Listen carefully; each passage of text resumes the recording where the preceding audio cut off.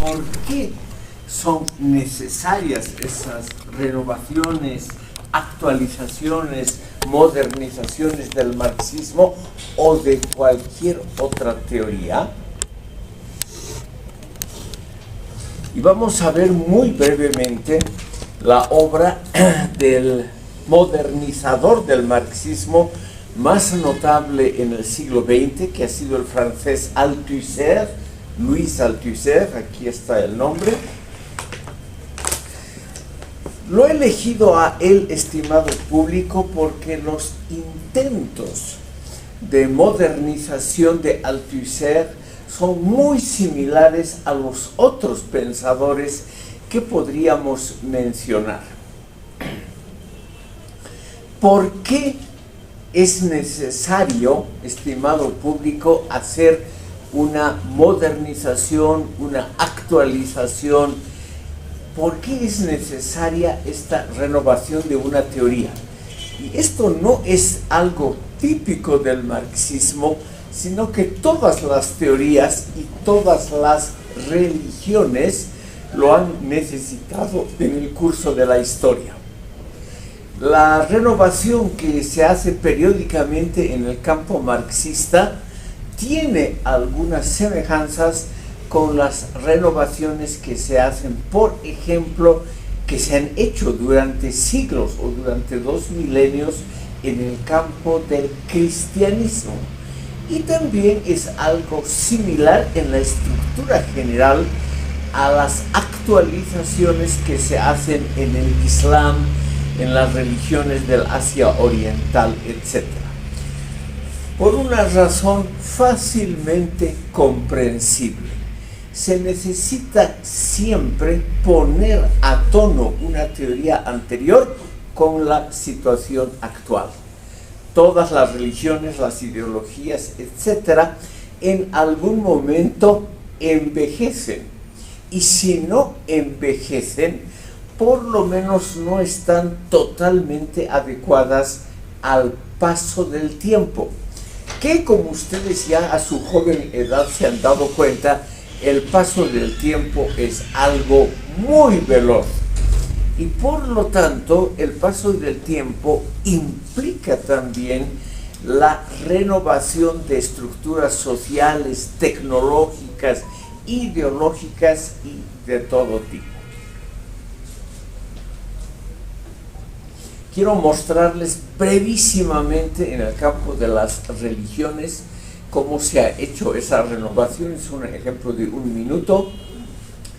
Si ustedes alguna vez toman en sus manos los documentos originales de la Iglesia Cristiana Católica, por ejemplo, los Evangelios, los Hechos de los Apóstoles, las Epístolas y el Apocalipsis, o sea, lo que realmente fue escrito en el siglo I, más o menos por discípulos inmediatos de Jesucristo, ahí no van a encontrar ustedes ni una sola palabra sobre temas como democracia o por pecados muy actuales, pecados, por ejemplo, electrónicos, en falsificación en la transmisión de datos electrónicos.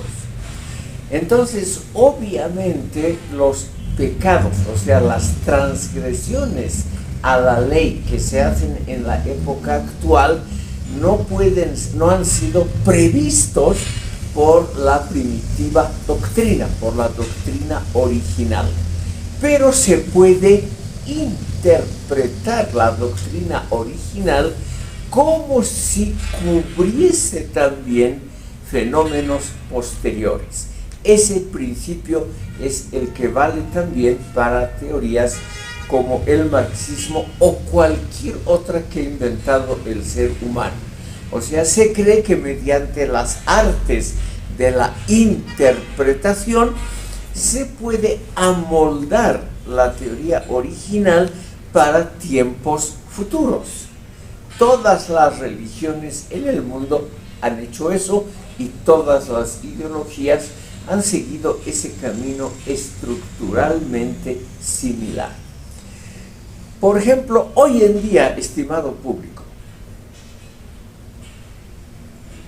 La poderosa República Popular China, que se está convirtiendo en la primera potencia económica y militar del mundo, ha decidido desempolvar al fundador de una religión, al maestro Confucio del siglo VI antes de Cristo, o sea, hasta 2600 años, para amoldarlo a las necesidades de la doctrina comunista de hoy.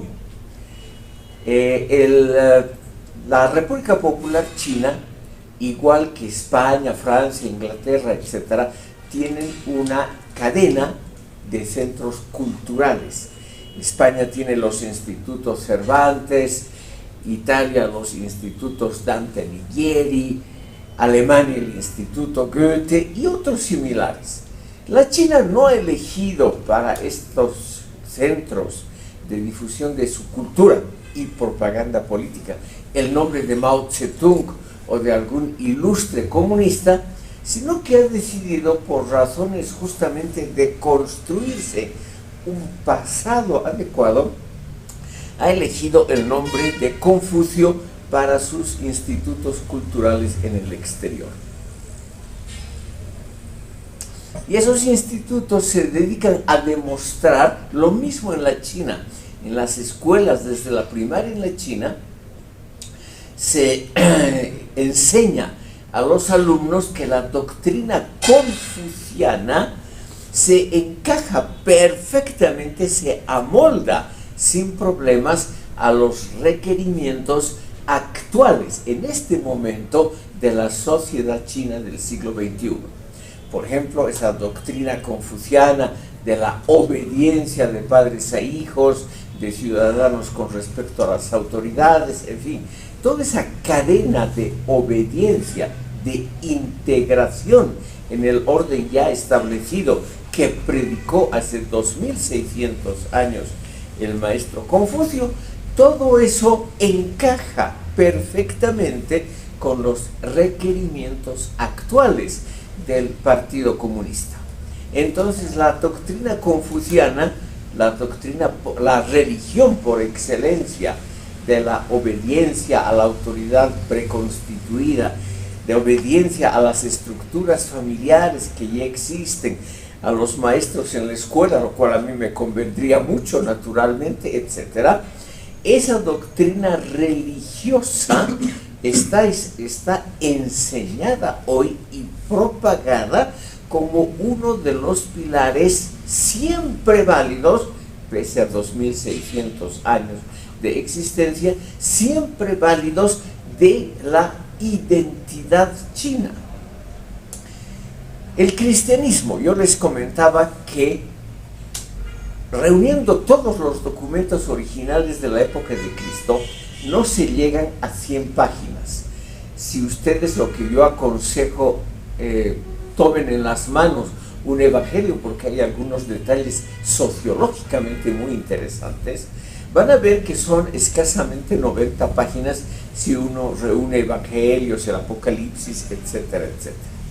¿Qué ha hecho la Iglesia a lo largo de siglos y lo sigue haciendo hasta hoy?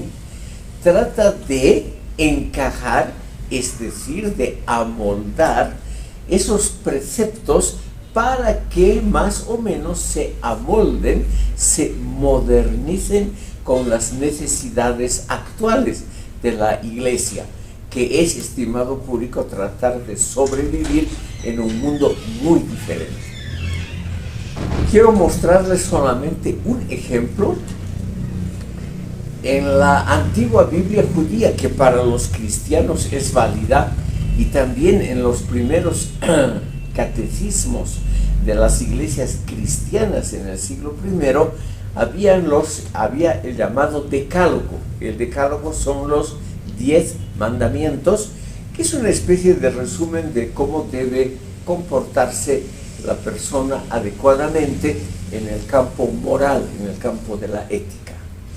Esos mandamientos siempre son modificados continuamente por la Iglesia, se nota hasta en la redacción, son modificados para que se amolden, se adecúen, se renueven, se actualicen, etcétera, para tener un campo exacto de acción en el mundo moderno.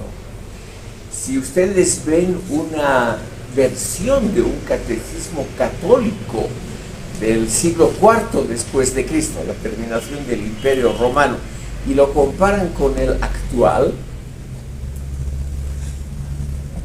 se nota muy claramente que ha habido una modificación, o en términos actuales, una modernización del catecismo para que esté de acuerdo a las épocas actuales. Por ejemplo, en los catecismos antiguos había muchísima insistencia en los mandamientos sexto y noveno que tenían que ver con cuestiones erótico-sexuales.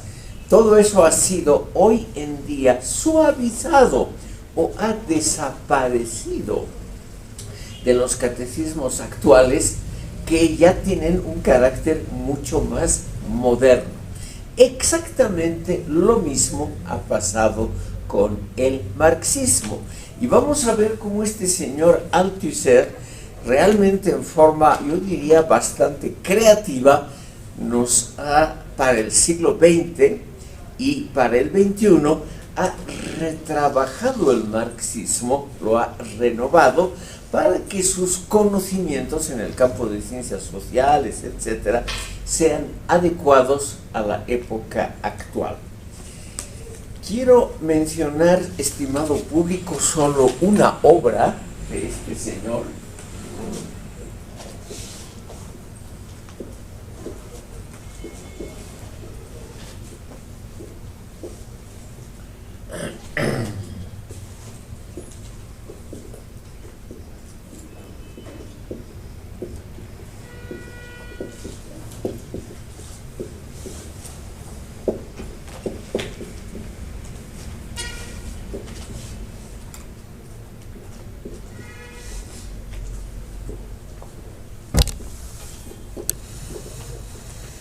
Aquí les pongo el título de la obra, La Revolución Teórica de Marx, y la primera traducción al castellano, que es de 1977.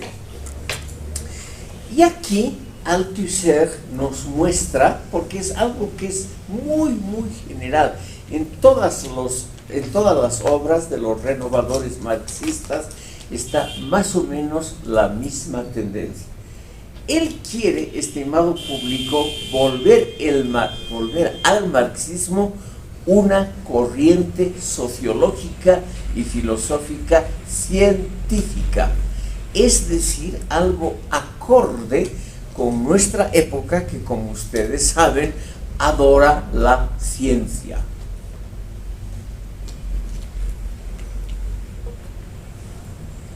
Los éxitos, estimado público, de la ciencia y de la tecnología modernas son absolutamente indudables.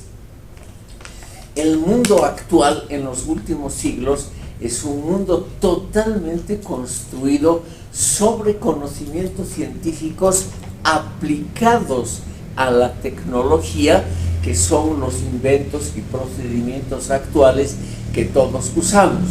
Ustedes, por ejemplo, que prácticamente todo el día usan un teléfono celular o están escribiendo con un bolígrafo y no a la antigua con una pluma que había que soplar en tinta cada minuto, ustedes cada minuto, sin darse cuenta, están viviendo con procedimientos y con inventos que realmente son muy nuevos en la historia universal. Y eso nos da una pauta de que ustedes están en forma inconsciente, todos lo hacemos así, inconsciente, usando la tecnología moderna basada en la ciencia, porque esta de todas maneras aligera nuestra vida. Simplemente los procedimientos e inventos actuales son ya irrenunciables, porque realmente simplifican nuestra vida. ¿Y por qué simplifican? Porque están basados precisamente en conocimientos científicos, aunque no se note. Si ustedes usan un teléfono celular, ustedes no se imaginan la cantidad enorme de conocimientos científicos y mejoras tecnológicas que hay adentro de ese pequeño aparato. Realmente un montón de conocimientos científicos y mejoras tecnológicas. Entonces, obviamente, el marxismo también tenía que seguir esa línea científica. ¿Qué hace el maestro Althusser? Él quiere crear un marxismo científico. Y entonces él escribe un montón de obras. La más representativa es la Revolución Teórica de Marx, donde él demuestra que existen dos etapas totalmente diferenciadas en la creación del maestro fundador Karl Marx. La primera, la juvenil, esa etapa que Althusser llama la etapa humanista, desde los primeros escritos en 1839 hasta 1845, y el Marx posterior, el Marx científico, a partir generalmente de la ideología alemana y de las obras posteriores, sobre todo las dedicadas a la economía.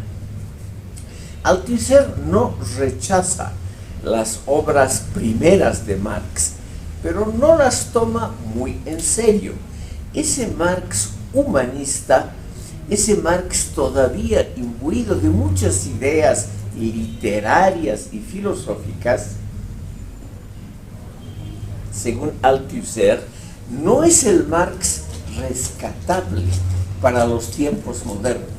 El Marx rescatable, según Althusser, es el Marx posterior, el Marx maduro, el Marx que se ha dedicado sobre todo a cuestiones económicas. Entonces, Althusser, para renovar, para modernizar el marxismo, nos presenta la siguiente teoría.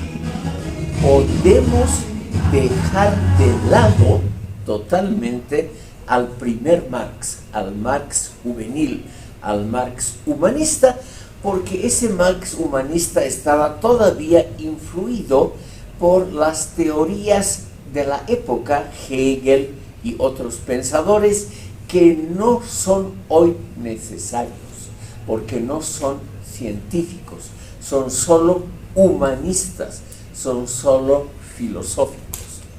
Entonces Althusser nos dice, recién el Marx maduro, el Marx que trabaja con datos de la economía, ese es el Marx científico y por lo tanto es el Marx rescatable para nosotros. Y de ahí viene lo que él mismo lo traduce como su antihumanismo. Él cree que esa etapa primera de Marx, sobre todo los famosos manuscritos económico-filosóficos de París de 1844, que esa obra es demasiado humanista, habla de fenómenos como la alienación, o sea, cuando el ser humano no se identifica consigo mismo, con su trabajo, con su entorno, etc. Esas cosas humanistas, filosóficas, no le interesan a Althusser. Lo importante para él son solamente las leyes. Esa es una de las palabras favoritas de él. Las leyes del desarrollo humano que Marx elabora siguiendo preceptos de la economía. Tienen que ser leyes como las leyes de las ciencias naturales, que como ustedes saben son leyes de aplicación inmediata porque son leyes basadas en la observación empírica y son leyes irrefutables, es decir, corresponden a la realidad.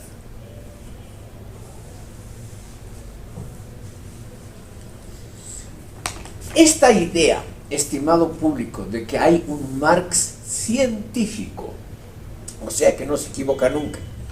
Un Marx científico significa alguien que tiene la verdad, que ha descubierto las verdaderas leyes del desarrollo social. No es un divagador, no es un ideólogo, no es un activista político, sino es un científico. Ese es el Marx, solo ese el que hay que salvar, y no el Marx ideológico, el humanista, el que habla de las cosas maravillosas que vendrán, nada de eso, sino aquel Marx que se dedica solamente a constatar leyes del desarrollo histórico con la precisión de las ciencias naturales. Ustedes pueden imaginarse por qué esa teoría, tanto en Europa como aquí en América Latina, se ha convertido en tan popular. Porque nos da la idea de que Marx sigue siendo válido, porque es alguien que ha descubierto leyes tan válidas, tan sólidas, como las leyes de las ciencias naturales, y por lo tanto es un Marx irrefutable. Lo refutable en Marx, o sea, lo que se puede olvidar, lo que no es central, lo que no es necesario para la teoría marxista propiamente dicho, son las elucubraciones ideológicas, palabra que Althusser odia. Es la parte ideológica que hay que no rechazar, pero no es fundamental, no es central, no es perdurable. Y por lo tanto, uno puede estudiar el marxismo científico sin dedicarse a esas cuestiones humanistas del primer Marx, del Marx juvenil. Althusser hace una diferenciación en la segunda etapa, en la etapa científica. Estos ya son detalles de segunda importancia, entre la maduración y la plena madurez de Marx. La plena madurez es naturalmente la época a partir de 1860, cuando Marx escribe la crítica de la economía política, los Grundrisse, ese libro de difícil traducción, y El Capital. La popularidad de esta teoría, estimado público, fue asegurada en América Latina por una discípula inmediata de Althusser, una chilena que ha producido obras extraordinariamente leídas en América Latina y recién olvidada en los últimos años. Me refiero a Martha Harnecker, la discípula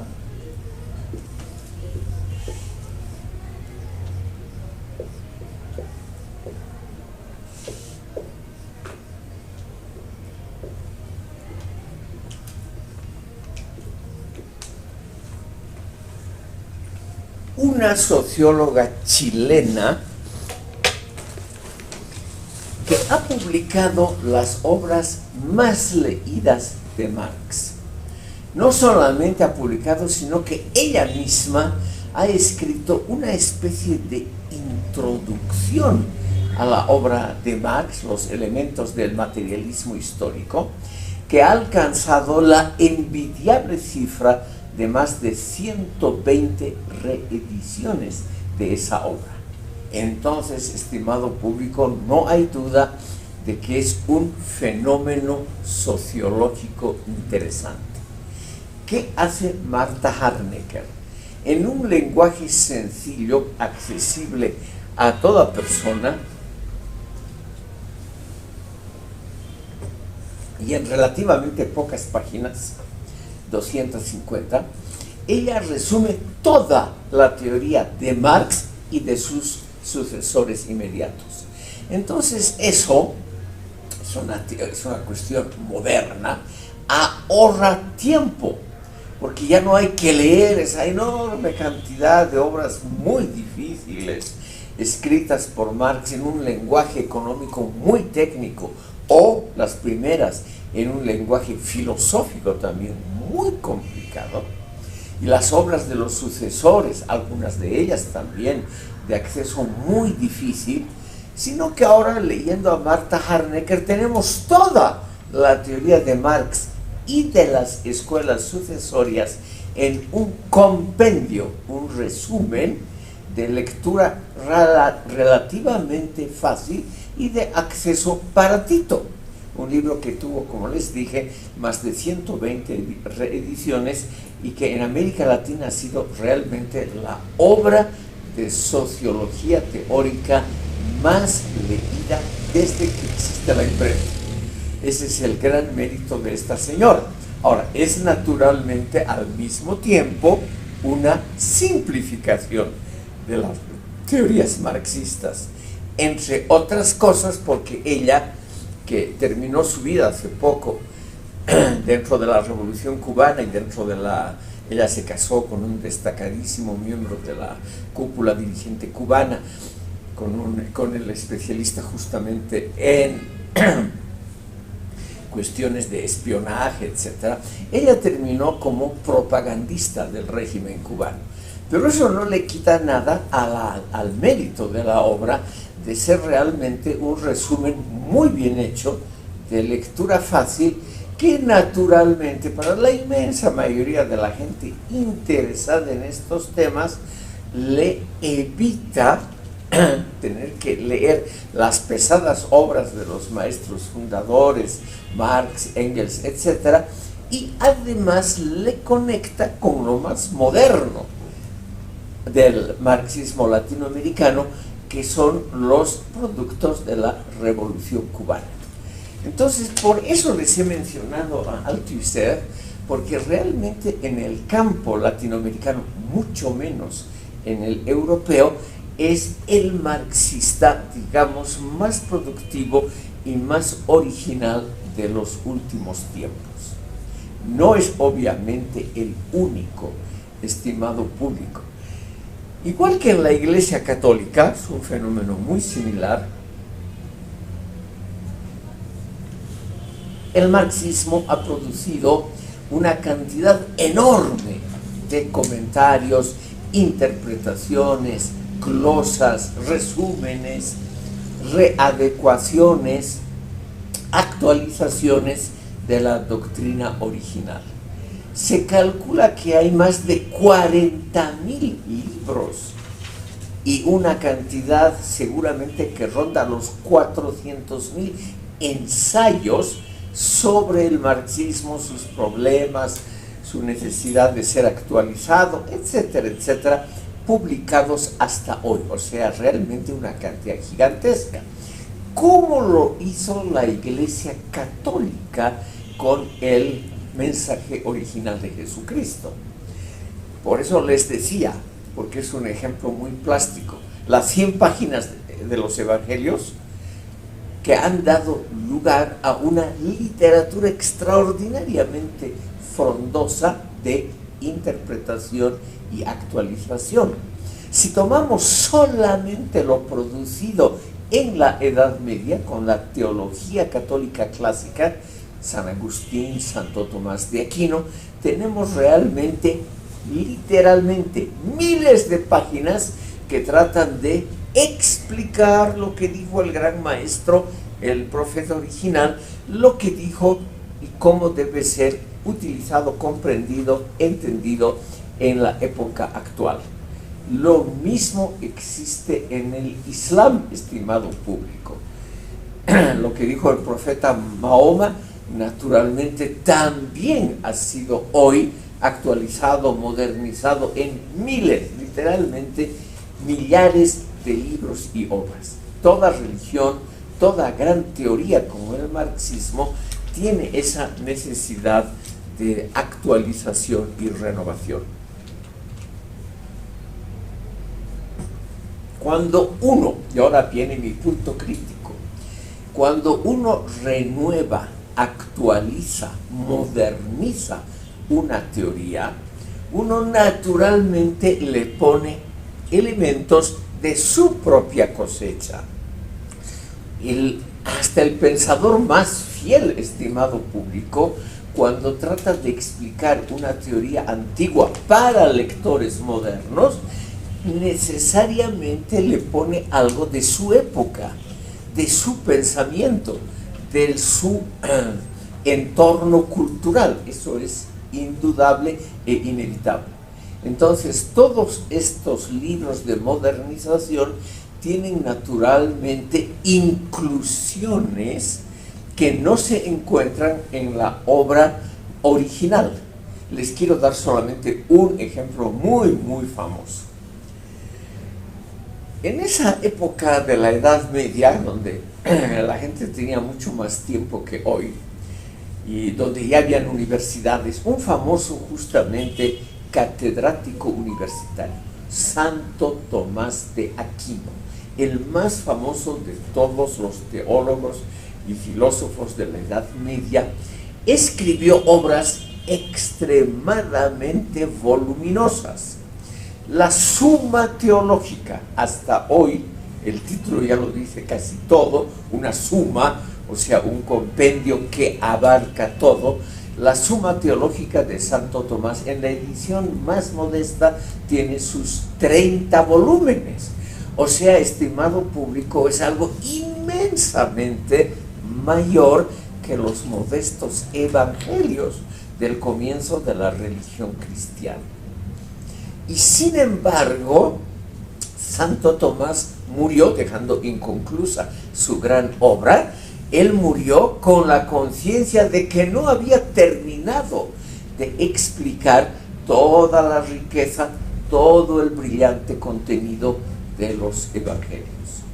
Ven ustedes cómo de 100 páginas se puede llegar a una obra de 120,000 páginas fácilmente, explicando, interpretando, analizando. Por eso les he puesto aquí estos conceptos que son inherentes a toda obra intelectual del ser humano.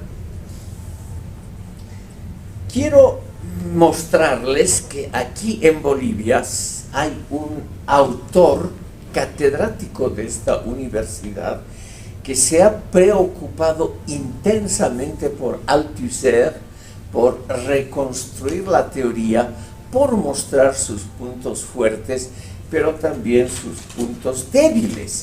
Es un catedrático de esta universidad, Carlos Bedregal,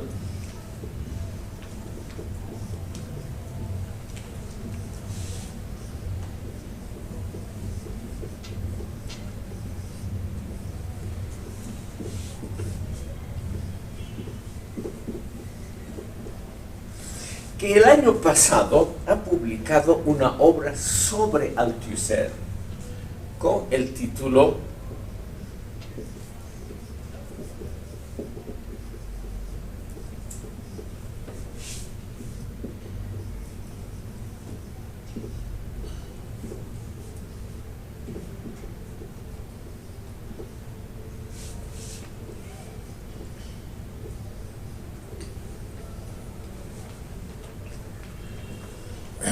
Esta obra les recomiendo a aquellos que se interesan por el destino de la obra de Althusser, porque es un buen resumen.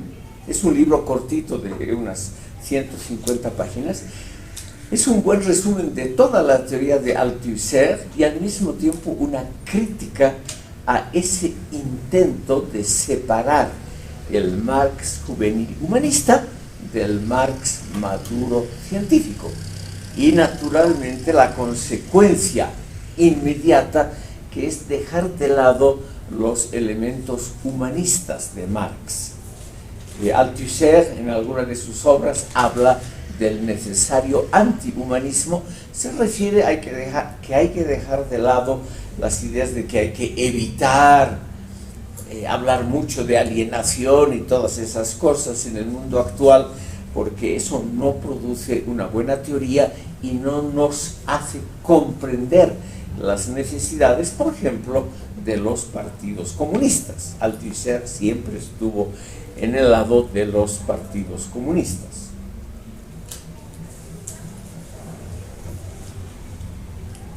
El animal ideológico de Carlos Bedregal tiene una gran ventaja, estimado público, que quisiera yo señalar.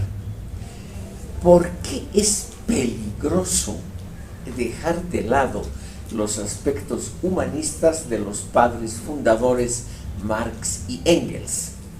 El peligro reside en que si se construye un régimen social, económico, político, un régimen que puede estar guiado por preceptos científicos, que deja de lado los aspectos humanistas, puede construir una estructura social y económica que funcione muy bien, pero que no respete tres aspectos importantes. Los seres humanos tenemos necesidad de un poco de libertad interpretativa. El primer aspecto, o sea, no nos gusta que nos expliquen todo desde arriba, sino que tenemos el deseo que está muy profundamente arraigado de nosotros mismos producir nuestra interpretación de lo que leemos o de lo que vemos en nuestra circunstancia. El segundo elemento es que los que administran la teoría perfecta, la científica, pueden sentirse irrestrictos y limitados en su actuación. Como son los administradores de la teoría siempre válida, de la teoría estrictamente científica, ¿para qué ellos van a estar respetando ideas ajenas que son de antemano equivocadas? Y el tercer aspecto es el aspecto de que lo trabaja muy bien Vidregal. El mundo moderno sigue inventando cosas, sigue produciendo tecnologías, procedimientos, y también sigue produciendo literatura, cultura, etc. O sea, productos del ser humano que generalmente no se adecúan a líneas prefijadas de antemano y de arriba, o sea, de la autoridad competente. Y esas obras son las realmente interesantes. Lo realmente interesante en la producción artística, literaria, filosófica, sociológica, es la producción que se separa, que mira críticamente lo que pasa en el mundo y que no es meramente una receta, una explicación de lo que ya han dicho los padres fundadores. Por esas tres razones, y yo me acoplo a esta opinión de Vidregal, es que seguramente Althusser, Martha Hahn, Harnecker y sus muchos sucesores no van a representar un marxismo creativo, sino un marxismo repetitivo, que puede ser muy correcto en sus líneas, puede ser un marxismo didácticamente muy interesante, pedagógicamente muy favorable para los lectores, pero no es una doctrina, según Vidregal, que nos ayude de forma activa y sobre todo creativa, que nos ayude a comprender el mundo actual, que es un mundo siempre cambiante, es decir, un mundo que no puede ser predicho, que no puede ser de antemano ya, que no se puede saber de antemano cómo va a ser ese desarrollo.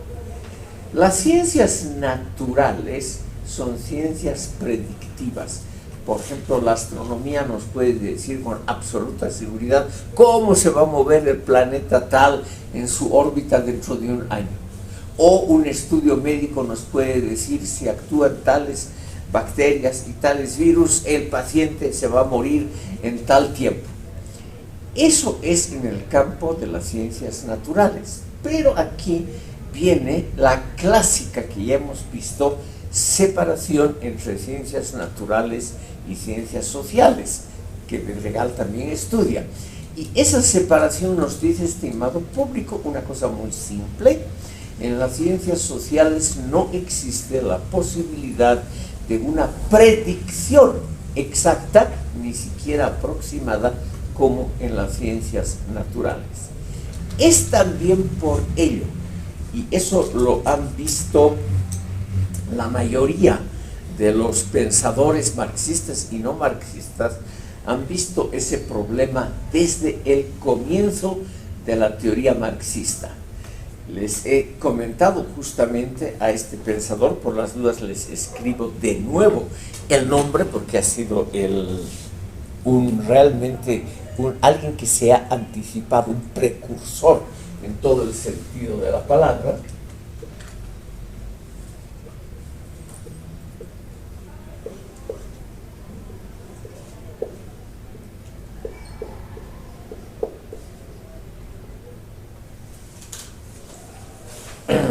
Eduard Bernstein, como les conté en la sesión anterior, el albacea de Engels y el que administró todos los papeles de Marx,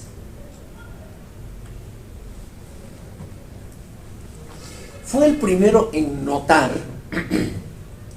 que justamente la parte débil del marxismo estaba en su función predictiva.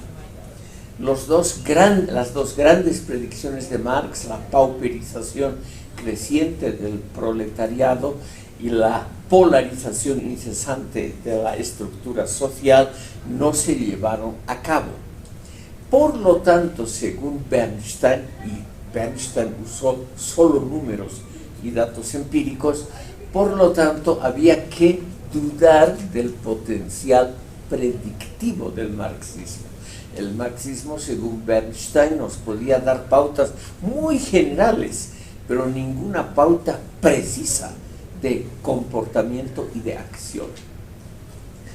Y si el elemento predictivo resultaba débil, según Bernstein, del marxismo, entonces lo rescatable del marxismo era precisamente la ética marxista humanista contra los fenómenos de alienación y explotación. Es decir, el elemento moral del marxismo era lo profundamente rescatable.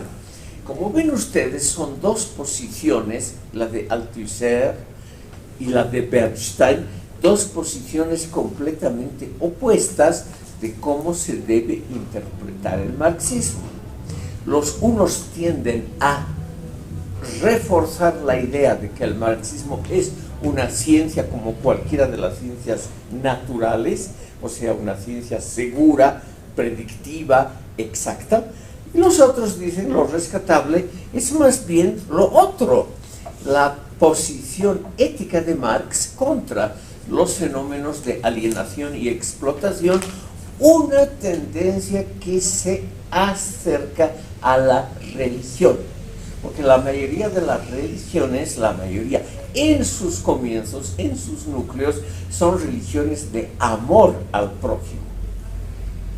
Entonces vemos aquí, estimado público, y con esto quisiera cerrar este pequeño capítulo sobre los renovadores, que se puede naturalmente pensar el marxismo como cualquier otra teoría desde diferentes ángulos.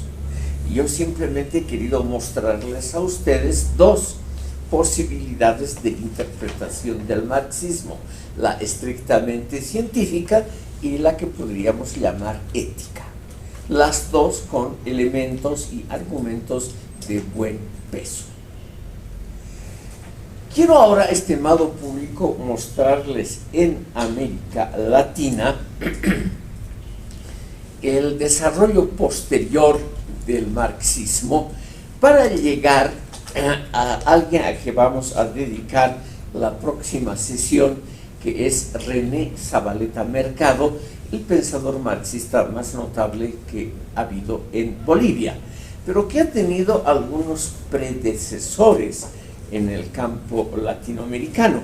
Y es bueno conocer por lo menos a dos o tres de ellos, porque las teorías de Zavaleta nunca vienen completamente solas.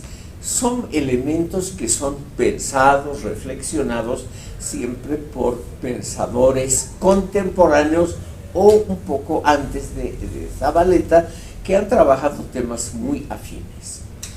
Quiero mencionarles sobre todo a tres pensadores latinoamericanos. Voy a anotar aquí los nombres.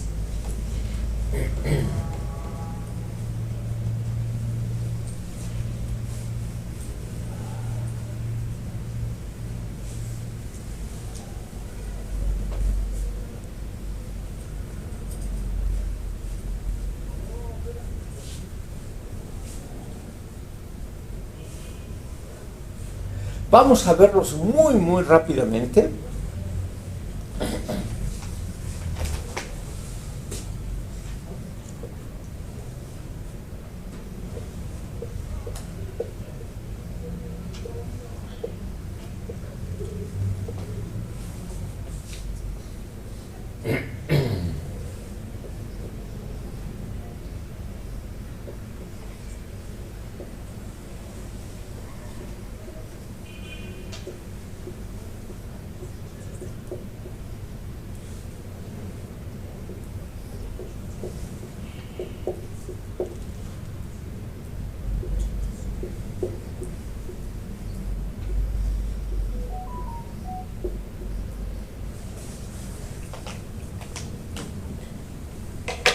Agustín Cueva es un pensador ecuatoriano que en 1987 publicó su obra cumbre llamada El marxismo latinoamericano, historia y problemas actuales. Es una obra que ha recibido muchas reediciones. Por ejemplo, hay una reedición argentina. La institución Claxo, el Consejo Latinoamericano de Ciencias Sociales, ha reeditado la obra de Agustín Cueva a partir de 1987 varias veces. El marxismo latinoamericano, historia y problemas actuales. El gran mérito de Cuevas es haber mencionado que el marxismo es evidentemente la gran teoría de la época. Como él dice, el horizonte insustituible teóricamente de la época actual. Pero es como toda obra humana, presenta falencias, carencias, problemas, en una palabra, en su aplicación a la realidad latinoamericana y a la actual. Luego quería mencionarles al ecuatoriano mexicano, después nacionalizado mexicano, Bolívar Echeverría, quien ha publicado, sobre todo aquí en Bolivia, algunos textos muy leídos sobre el elemento progresista del catolicismo barroco. Es algo que aquí ha gustado mucho, la teoría, estimado público, de que la religiosidad popular, no la oficial, no la religiosidad que aparece en las obras de intelectuales, sino la práctica cotidiana de las masas populares, que ese es el elemento rescatable de la religiosidad, sobre todo como fue practicada en el siglo XVIII, en la época barroca. Es una teoría muy interesante porque nos muestra que la modernidad científico-tecnológica no es para Bolívar Echeverría la última palabra, sino la última palabra está precisamente en el aspecto ético, porque la religiosidad popular sería una ética del amor práctico al prójimo, una ética de la solidaridad entre los seres humanos y de ayuda mutua. Y por lo último tenemos la obra muy grande del pensador argentino Atilio Borón, Atilio A. Borón,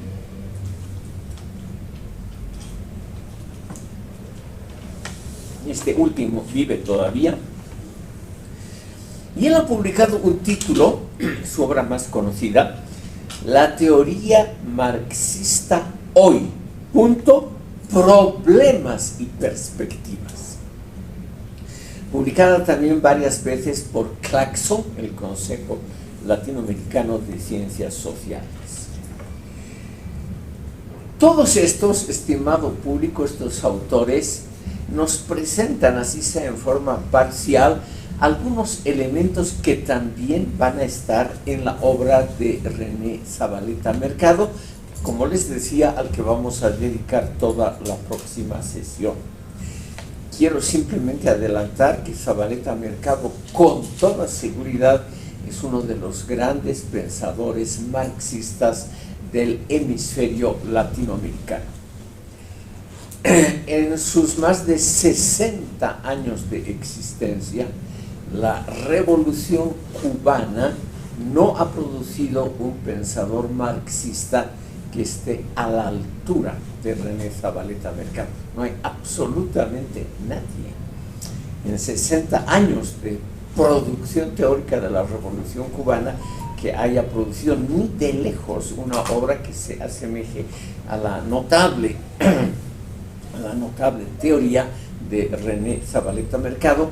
Por eso tenemos que dedicarle una sesión especial. De todas maneras, estimado público, veremos muy rápidamente. Además, les ruego, por favor, que se inscriban en esta lista de asistencia. Muchas gracias.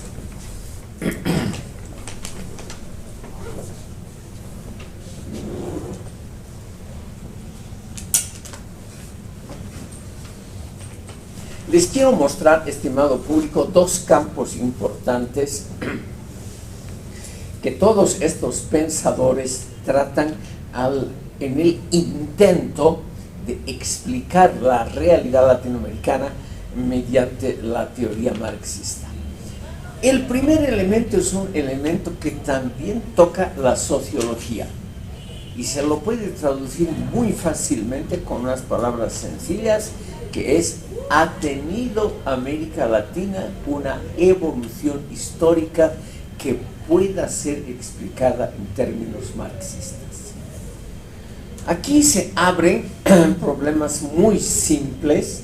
En América Latina no ha habido una época esclavista como la época de la antigüedad clásica en Europa, la época esa larguísima de la Grecia clásica, del Imperio Romano, etcétera, etcétera, que estaba basada en el trabajo esclavista. Y aquí, con mucha dificultad, se puede hablar de una época feudal en el sentido original que Marx dio a ese término. Entonces, aquí tenemos, estimado público, un primer tema donde se muestra la dificultad, no la imposibilidad, pero la dificultad de explicar la historia, el desarrollo, la evolución latinoamericana con ayuda de términos y teorías marxistas, porque evidentemente la evolución de América Latina no se compara, no es igual a la evolución de Europa Occidental como fue escrita por Marx. Entonces, aquí estos autores, por ejemplo, Cueva, en esta su obra, nos muestra ya problemas actuales. Y esos problemas es simplemente explicar qué son las etapas históricas, cómo pueden ser explicadas mediante la teoría y la terminología marxistas, si son etapas diferentes de lo que Marx pensó por esclavismo, feudalismo, es decir, por las etapas anteriores al capitalismo. Hay muchos intentos, estimado público. Marx dejó algunas notas sobre el modo asiático de producción, que no fue publicado en vida, pero él dejó muchas anotaciones sobre esa temática. Se ha tratado de usarlas en América Latina para explicar la evolución histórica con ese teorema del modo asiático de producción. Y ese modo asiático, que se puede aplicar, según algunos autores, sobre todo al imperio azteca y al incaico, es un periodo donde la propiedad de la tierra, que era el principal medio de producción, que la propiedad de la tierra era propiedad estatal, que no había propiedad privada, como en el Imperio Romano, donde obviamente había una gran fuerza de la propiedad privada. Los grandes terratenientes, lo mismo en la época feudal, los grandes terratenientes eran agentes privados de producción. Entonces, el problema en América Latina es explicar cómo va a ser la seguidilla de las etapas si de antemano ha habido un Estado extraordinariamente fuerte en el campo económico. Esa es la gran pregunta. La otra pregunta, aparte de esa, estimado público, la otra gran pregunta que se hace en Cueva, Borón, Echeverría, etc., es explicar el desarrollo cultural de América Latina, que tampoco corresponde exactamente al desarrollo que lo han pensado los padres fundadores Marx y Engels. Porque aquí evidentemente no ha habido siempre una iglesia poderosa, como ha habido en la Edad Media en Europa, que haya realmente consolidado su poder, extendiendo la religión hasta el último reducto de la vida social.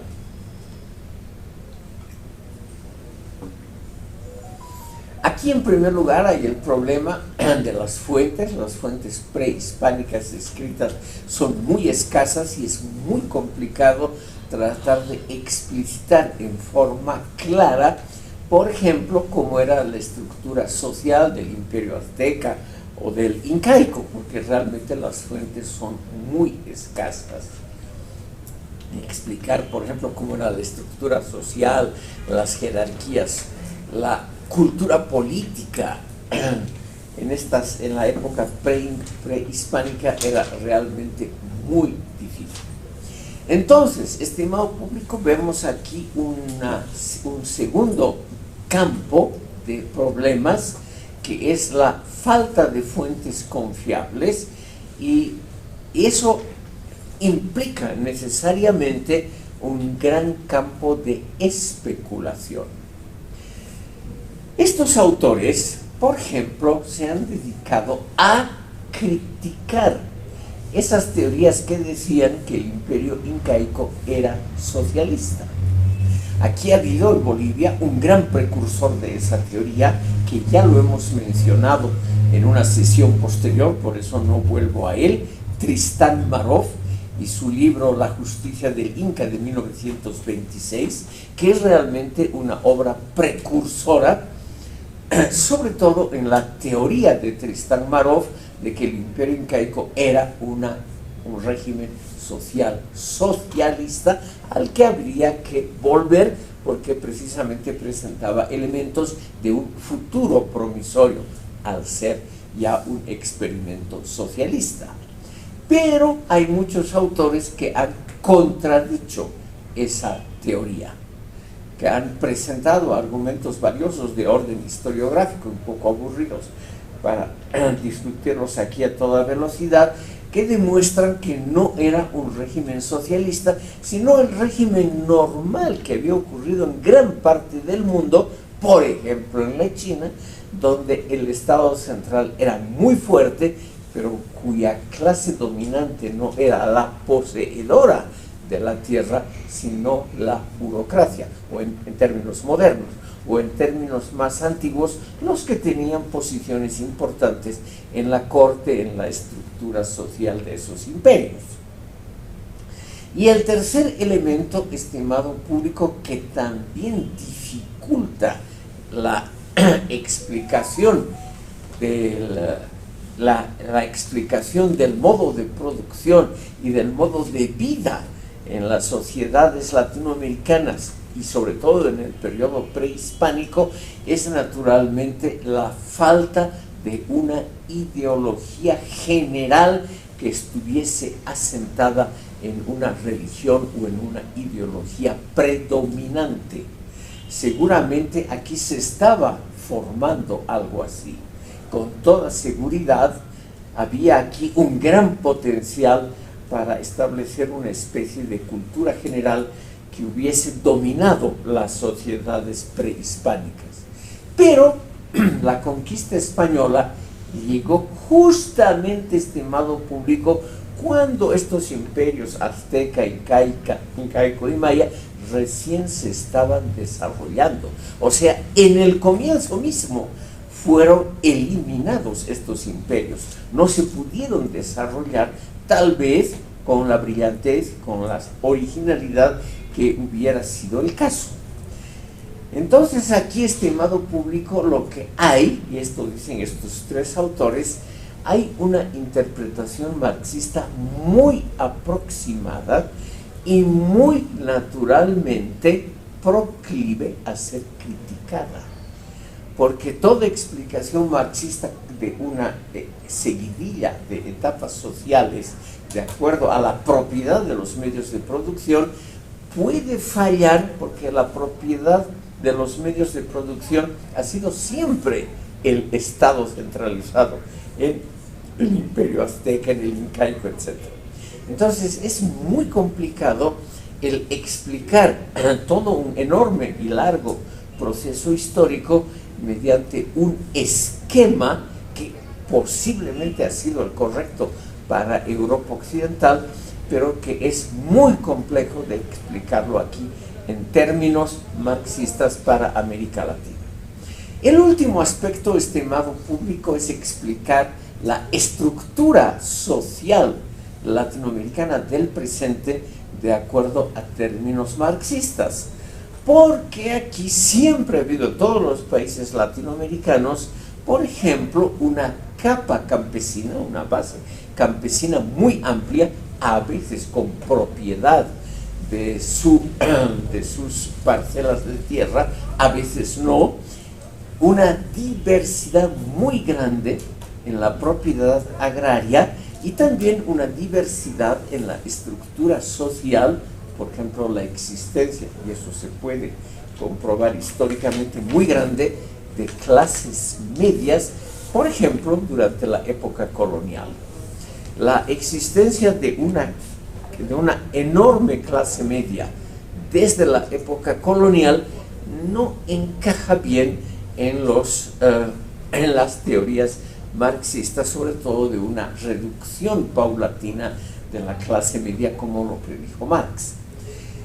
Esos son, estimado público, algunos de los problemas con los que se confronta la teoría marxista en América Latina. Lo más interesante es lo que vamos a ver en la próxima sesión, en la obra de un gran boliviano como fue René Zabaleta Mercado. Lamentablemente murió muy joven.